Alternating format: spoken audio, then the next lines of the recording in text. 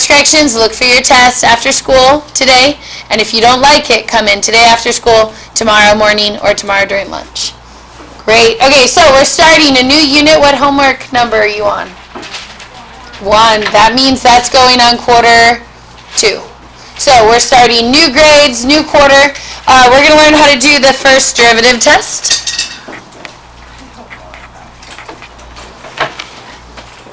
Okay, so the first derivative test is a specific method that can be used. You can use the derivative to find characteristics of a graph that you don't have a picture of. Okay, so this is used to find. Oh, my pens are dead. It's fine. It's totally fine. Okay, used to find relative mins and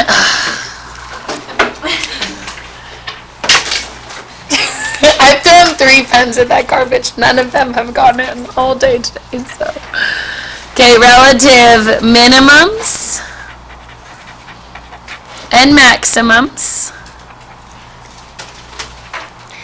and increasing and decreasing intervals. Okay? So, first derivative test is used to find relative mins and maxes and increasing and decreasing intervals. Okay, you're going to use derivatives to do that. Today should not be like a super hard day, as long as you know how to take a derivative and like factor. Okay? So, first thing we're going to do is just give the conclusions. Okay, f is increasing when? Yeah. Sure. Josie, is she in the bathroom? I think she's in the bathroom. No, she is here. She's in the restroom. Oh, okay. Thank you. Uh-huh.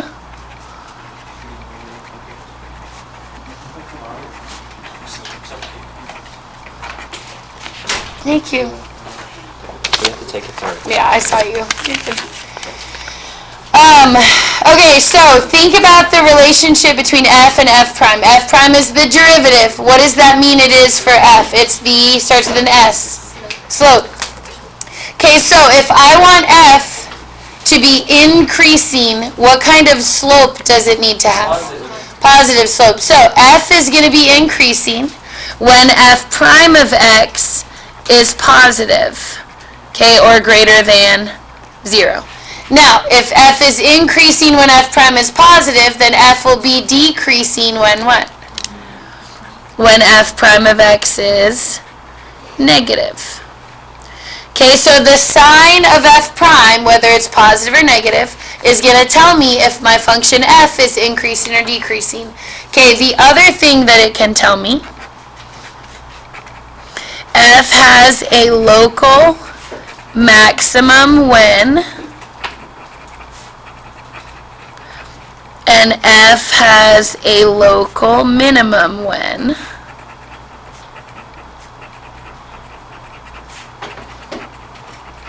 And if you want to abbreviate that max and min to avoid all the immums that you're going to have to write today, that's fine. It's your notes. Do what you want. Okay, so a local max and a local min. Now, let's talk about what those mean before we put what you're looking for in a derivative test. So, draw this graph for me. Okay, if I were to ask you to find the local max of that, what would you be looking for? Do you know what that means? Okay, maximum point. Now, should my maximum point go here or here? Which one's higher? Okay, this one is higher. But a local maximum means it doesn't have to be the highest in the whole graph. It just has to be the highest like in its own little section. So this is still considered a maximum, but it's considered an absolute maximum because in his little area, he is the highest. Now, I also have a local minimum. Where would I put that? Okay, over here on the cusp. Very good. So this is a local, okay, or it's also called a relative maximum. And then this is, did Miss San Juan find you in the hallway? Yeah, she's on. Okay, cool. And then this is a local or a relative minimum. So you can find maxes and mins using the first derivative when you see sign changes in the derivative. So we're going to do the max first. Okay, as I trace that kind of U shape opening down, what is my f prime on this side? Is it positive, negative, or 0? Positive. Positive, because the slope is positive. Okay, then at this point, what's my slope? At this point, it's 0. And then what does it change to? Negative. So I'm going to put up here, f has a local maximum when f prime changes from positive to negative.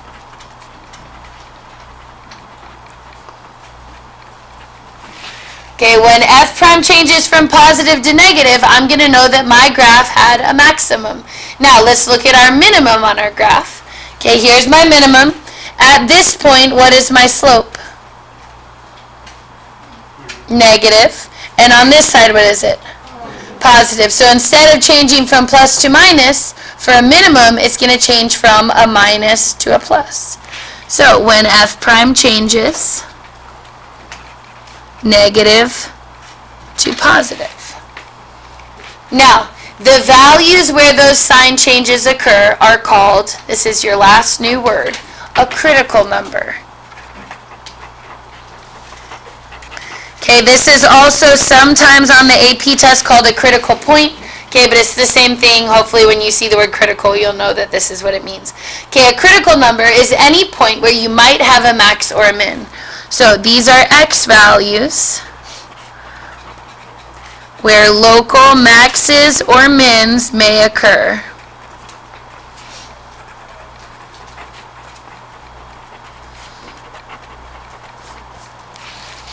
Okay, and there are two types of things that can happen that can tell me I might have a min or a max. Okay, look at your first little hump in your graph right here. Okay, what did you say the slope was at this point? 0. Any time that your slope is equal to 0, you could have a local min or a max. So I'm going to label that here on my picture. Okay, for that point, f prime of x is 0. Now, let's talk about why. Well, it has a horizontal slope. It has a flat spot. Okay, the other type is when you have something like this. What would I say about f prime at that point?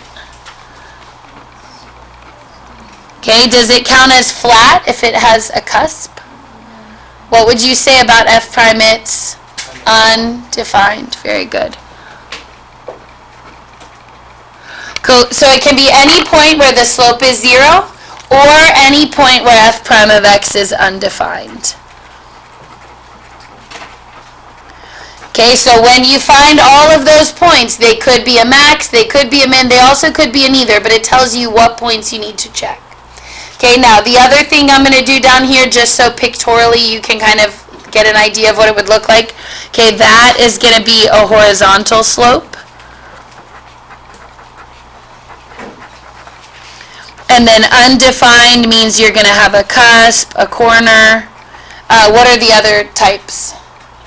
Cusp, corner, vertical slope. Very good. If it goes vertical for a second, that counts. And then what's the last one? A jump or any break in the graph. So remember, if I don't have a connected graph, I can't even draw a line to find the slope anyway. So I'm going to put a disconnect. So that includes a hole, a jump, all of those guys count, okay, as not having a slope. Make sense? Okay, so when you're ready, turn the page. And the goal is to get through 3 examples. Okay, and this is super like step driven, so hopefully that will be something easier for those of y'all that like kind of having a structure. Good. Okay.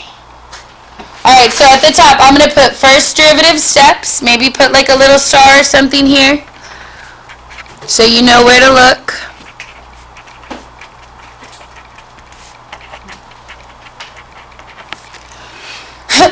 Okay, step number 1, first derivative test, you're going to take the derivative. So find f prime of x. Okay, remember, we learned how to use the product rule to take derivatives, quotient rule to take derivatives, chain rule to take derivatives. So all of those different things are all different versions of derivatives. Okay, from there, step number 2. You are going to set f prime of x equal to 0 or undefined to find your critical numbers.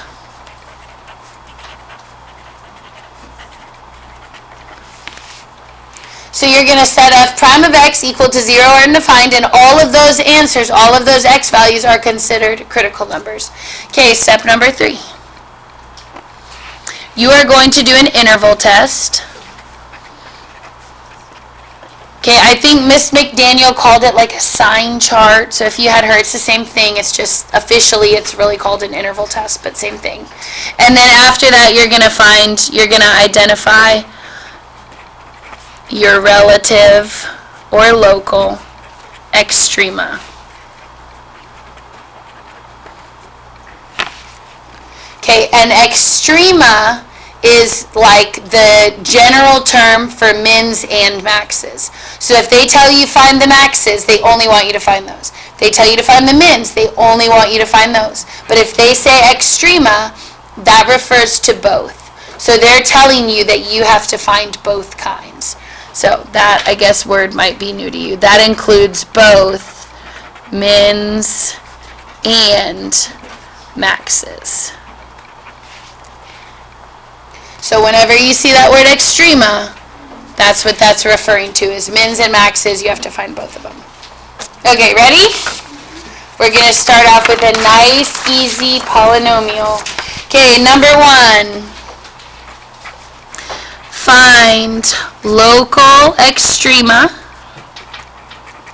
for f of x equals 2x cubed 3x squared negative 36x plus 4. Okay, so we're going to follow our steps in the exact same order that they were given to you. So step number 1, what do? Take the derivative. Okay, so we know how to take the derivative of that. It's a simple polynomial. So f prime of x is going to be what? Okay, 6x squared, next term. 6x, next term. Negative 36. What about the plus 4? Okay, so look back up at your steps. Step number 1, find f prime, check, we did it. Step number 2, I'm going to set the derivative equal to 0. And I'm going to find my critical numbers. So 0 equals, what can I take out? 6. What's left over? Plus, minus 6. Okay, from there, I need numbers that times to 6 and subtract to be a plus 1 in the middle. 3 and 2. Which one should be negative? X minus on the 2, plus on the 3. Okay, very good. Then from there, my answers are called critical numbers. So I'm going to abbreviate that CN, okay, for critical numbers. And I'm going to find the x's that are going to make that 0. So if it's an x minus 2, what x goes with that? Positive 2. And then if it's an x plus 3, it goes with negative 3. Okay, from there, what is your step 3? Interval test, okay, or a sign chart if you had McDaniel, but same thing. So set up a number line for me. So here we go, number line. You're going to put those numbers on the number line. So I'm going to put negative 3 here. I'm going to put 2 here. And then you are going to choose a test point on each interval, plug it in, see if it comes out positive or negative. You don't care about the number. You only care about the sign at the end. So what is a number a little bit bigger than 2 that I could use as a test point? Okay, 3. So I'm marking a little x there. My x is 3. I'm going to plug it in here. And I want to see if it comes out to be positive or negative. So I'm going to have 6, 3 minus 2, 3 plus 3. Okay, we're going to check each individual sign as we go through. So 6 is obviously already positive. 3 minus 2, is that positive or negative? Positive. What about 3 plus 3? If I multiply three positive numbers together, what is my product going to be? Positive. Put a plus on that interval. Okay, between -3 and 2, what could I choose? Okay, 0 sounds good. So I'm going to put a little x here. 0 is the number that I'm checking. So I'd have 6. 0 minus 2, 0 plus 3.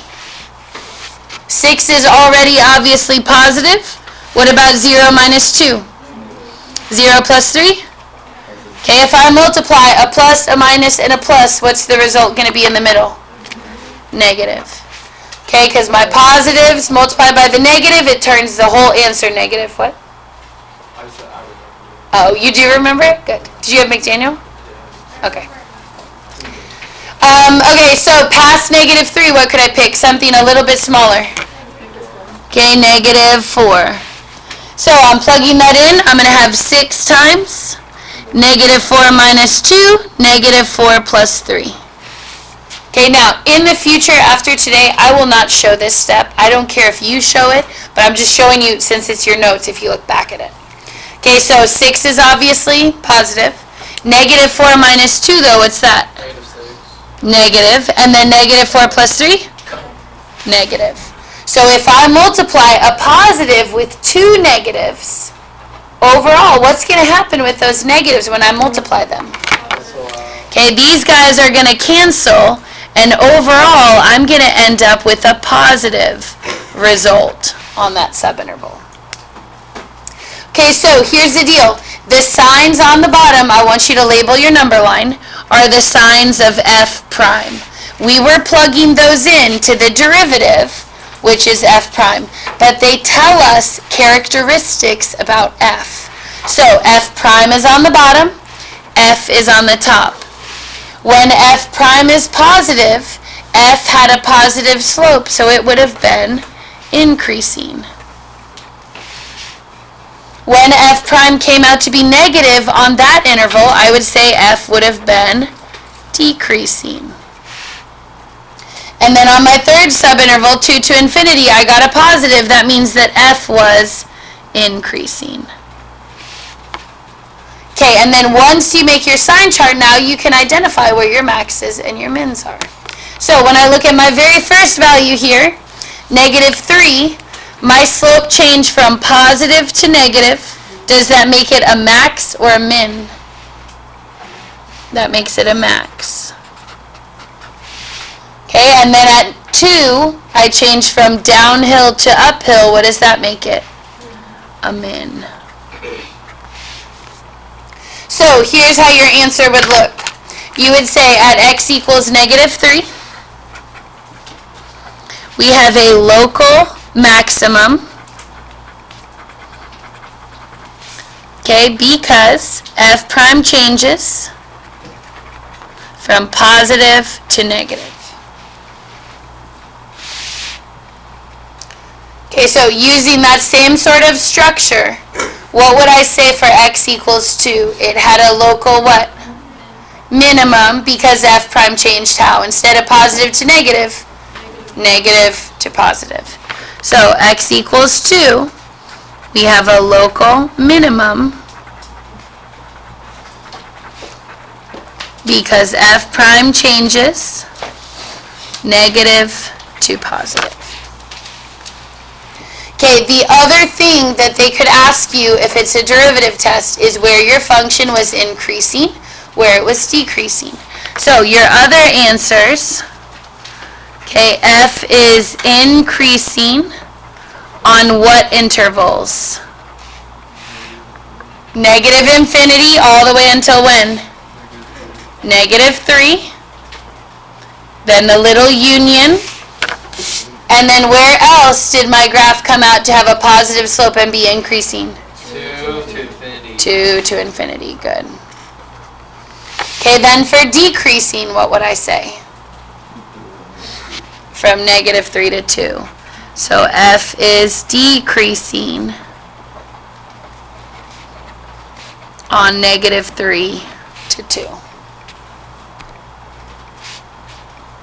Now, if you needed an explanation for that, Okay, you would put because f prime of x less than 0. Okay, versus I forgot to put it on the increasing. What would I say for increasing?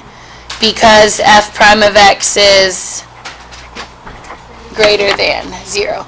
So remember that sign changes tell me mins and maxes, and then plus or negative tell me if it's increasing or decreasing.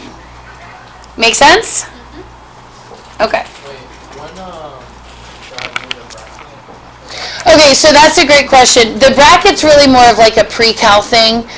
For AP, they will not take off if you use a bracket versus a parentheses. It wouldn't matter. Wait, so why did But the technical answer would be that if you have like an so I want it to be less than 0 or greater than 0, but if I put an equal to on it, that's when it would change to have a bracket. so why Doing did that for no reason. yeah, so why didn't Well, no, so the main reason why is that there's like a calculus dweeb argument about whether they should be open or closed that you probably don't care about. So, but that's why AP has to accept both, is because mathematicians disagree on whether you should include the endpoints. It's like a thing. If you bring it up at like a college board AP thing, it's hilarious. They all get so mad. Okay, you ready?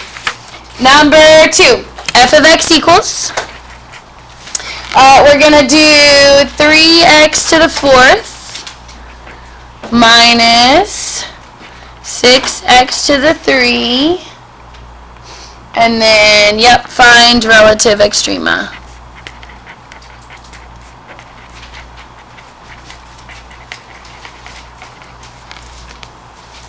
And actually, let's change this 6 to an 8 for me, please. Okay, so look back at your steps. What do I do step 1? F prime of x. After I find f prime of x, what am I going to set it equal to? 0. So steps 1 and 2, we've already done these before. Okay, derivative of 3x to the 4th, what is it?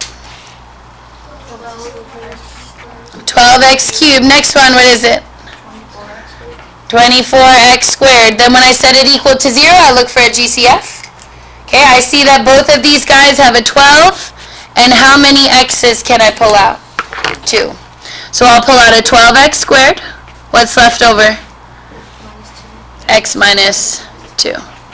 Okay, so how many critical numbers do I have? Still 2. So my critical numbers are going to be, okay, do y'all understand why the 0 comes in? Because the x on the outside. So 0 and 2. Set up your number line over here. Okay, 0 and 2 are my numbers that go on my number line. Okay, then we're plugging in a number on each little chunk of the subinterval to check the sign to see if it's positive or negative. What's the number bigger than 2 that I could pick? 3.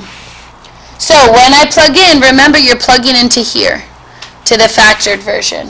So I would have 12 times 3 squared, 3 minus 2. Okay, well think about 12 is positive. What's 3 squared? Positive. What's 3 minus 2? Positive. So if I multiply 3 positives, what's my sign on that subinterval? Good. Next one, between 0 and 2, what could I pick? 1. Okay, we'll go right down the middle and check it at 1. So I'd have 12 times 1 squared, 1 minus 2. Okay, well 12 is already positive. What about 1 squared? Positive. What about 1 minus 2? Negative. If I multiply plus plus minus, how's it going to come out at the end? It'd be negative. Okay, then pick a number smaller than 0. What can we pick? Okay, negative 1 sounds good. 12 times negative 1 squared, and then negative 1 minus 2. Okay, 12 is still positive. What happens when you square negative 1 though? Positive. And then negative 1 minus 2? Negative. Plus plus minus, overall, how's it come out? Minus. Okay, so when you are writing in the top of your chart, make sure that you label. So the bottom of my line is what f prime did. The top is what f regular function will do. So when f prime is negative, f's slope is negative. So f would have been increasing or decreasing? Which one? Decreasing. Interval number 2, between 0 and 2, f prime was negative. What is f doing? Decreasing. And then from 2 to infinity, f prime was positive. That means f was increasing. So label your points with a min, a max, or a neither. At 2, what type is it here? Minimum, maximum, or neither? Okay, that's a minimum. Because my slope went from down to up, that's a min. Now, what about here if my graph went down and then down? That's a neither. Okay, now I'm going to show you what that graph looks like in a second, but for right now, just put a neither, or if you want to mark it with an N, that's fine too. Okay, so here's our conclusion. At x equals 0, neither min or max, because f prime does not change sign. So if you get the same sign on both sides, that is a neither. It is not a min, it is not a max. Okay, then at x equals 2, we said we have a local minimum because f prime changes negative to positive. Make sense? Okay, now we're going to talk about why there wasn't a sign change. Do y'all remember the term double root? No? Okay, so a double or an even root is never going to change sign. Here's how you know it's a double root. Okay, x equals 0 is a double root. So, no sign change will occur. Okay, that is always true. Anytime that you have a double root, you're not going to see a sign change. The reason why is because no matter what I have, when I square it, it's going to end up to be positive. Now, that's not only true for double roots, it's true for any even root. So if you want to write that in here, any even root is going to not have a sign change. So if it was a squared on it, a fourth on it, a sixth on it, I would see the signs around that term being the same. Okay? Now, real quick, we're just going to sketch a picture of it to give you an idea. Do y'all know what shape an x cubed graph is? Okay, normally it's a squiggle. Okay, but really, unless it's the parent graph, usually it has more of a bend in it. Okay, so this one is going to look like this. You want to just sketch a graph at 0. My graph is going down. It flattens out, but instead of bending back up, it just keeps going down and then turns. So this is the example of your neither. Where it was decreasing, it hit a little flat spot, but then it kept decreasing. Versus this one is obviously a minimum. Make sense? Yeah. Okay, we got one more left. And then y'all actually should have like 5 minutes left over. Turn the page, good? Okay, last one. Okay, you're going to have f of x equals e to the x times 4x cubed. E to the x times 4x cubed. Step number 1, what do I need to find? F prime. Then I'm going to set it equal to 0. However, that particular derivative is going to need what? Good. Okay, this needs product rule. So my u is going to be e to the x. My v is going to be the 4x cubed. Okay, what is the derivative of u if you use e to the x? Still e to the x. What about v prime? 12x squared. Okay, look at both of your terms. Okay, I'm going to do my cross product, so I'm going to go ahead and do this one first. Okay, but you could do whichever one first, it doesn't matter. So I'm going to have e to the x times 4x cubed. And then e to the x times 12x squared. Okay, from here, I notice I have a GCF. What can I take out? And, okay, 4, and then x squared. So I'm going to have a little bit of stuff left over, but I got a lot of stuff I can pull out. So I'm going to take the e to the x out first. Okay, obviously they both have one of those, and then a 4x squared. Okay, what will be left over from my first term here? I took the e to the x, the 4x squared. What's left over out of the 4x cubed? Just another x. Okay. And then out of my second term over here, I have the e to the x and the 12x squared. What's left over from there? The plus 3. So you have two basic terms. All that's left over when I pull that GCF out is an x plus 3. Okay, what are my critical numbers? Good. X equals 0 and negative 3. 0, negative 3. Now, what about e to the x? Does that ever touch 0? No. Think about the graph. It goes towards 0 forever and ever, but it never gets there. So I only have two critical numbers. Put them on your number line. Make sure you put them in order. Negative 3 is smaller, so obviously it needs to come first. Okay, then what is a number a little bit bigger than 1? Or a little bit bigger than 0, sorry. Okay, 1. Okay, and then I'm going to plug that in. So I'll have right here, e to the 1 times 4, 1 squared times 1 plus 3. And notice that you're always plugging into the most factored version of your answer. Okay, so e to the 1, obviously positive. 4 times 1 squared, positive. 1 plus 3, positive. Now, based on my double root analysis, which of those is a double root? 0 or negative 3? Okay, how do I know it's a double root? Because of the squared. So I'm going to put on here, this is a double root, so no sign change. And if I know 0 isn't going to have a sign change, then what do I know the sign is going to be on the other side of 0? Still what? Positive. Still positive. If it's positive over here, it has to be positive over here as well, because it's not allowed to change sign around that value. Okay, other side of negative 3 though, we're going to check it. So I'd have e to the negative 4, we'll say maybe. Okay, negative 4 will be my test value.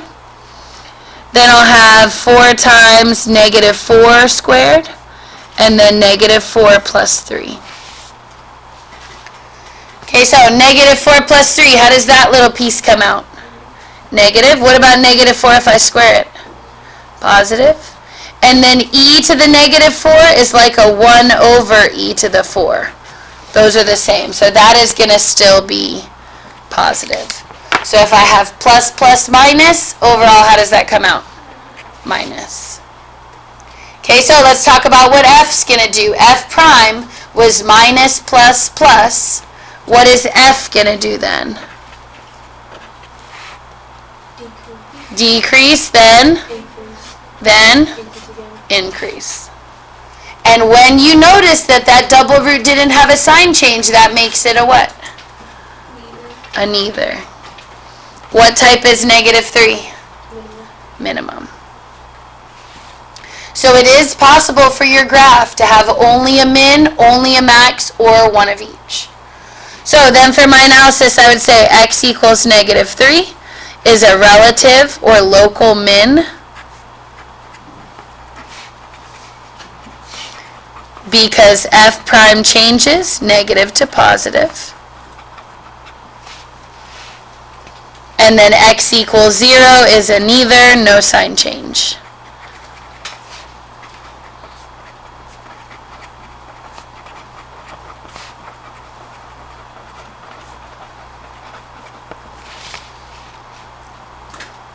Okay, Okay, now let's talk about increasing and decreasing, because I forgot to do that on the last one. Where would I say that f is increasing for this example? Or negative root 2 infinity. 2, 0, and then u 0 to infinity. Okay, very good. You have two options for this. The first option is you would say, okay, well, I'm positive from negative 3 to 0, and then from 0 to infinity. That would be fine. Or I could just squish it all together and be like, well, it flattens out, but it keeps increasing anyway. So I'm just going to squish it all together and make it one big interval instead of two separate ones. Okay, both of those would be fine. Okay, then where would I say my function is decreasing? Good. F is decreasing on negative infinity to negative 3. Because why? Okay, how do we know it's decreasing? F prime was less than 0. Okay, and on the AP test, if you didn't want to put that and you wanted to write because F prime is negative and use words, that's fine. But don't put like equals a minus or do anything weird. You can either say is negative or you can put less than 0. Okay? Good job. You have 5 whole minutes. 6 minutes actually. Yes, ma'am. Okay, yeah, you can go now. Was this the pass? Oh no, this was cute. Just gonna write on the back of it. Not till Friday, and it'll go on the next quarter. You said you're going to see Miss Gray. Okay.